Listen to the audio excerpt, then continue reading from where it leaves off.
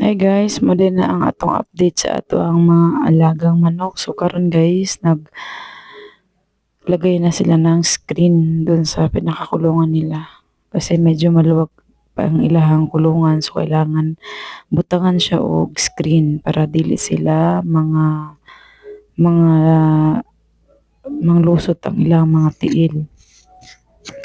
So ako din ang i-flex ang amuhang mga kalubian. So ang uban wala pa gid bunga.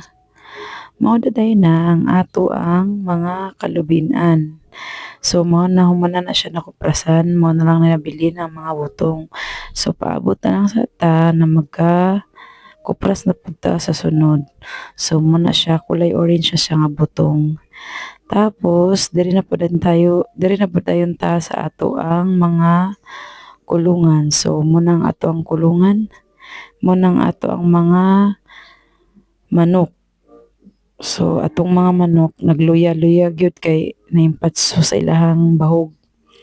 Kay napakaon man nato og bahog nga bahaw. So dapat pala sa ilaha guys ay permente bag-o pag-abot sa buntag. So kung naa man gali mabili ng bahog sa buntag, dapat dili na nato na sila dungagan. So kailangan na gid nato na sila ilabay. So dili na ta manghinayang kay ang manok ang mag-suffer. So karon guys, ang atong manok nag-suffer gid sila.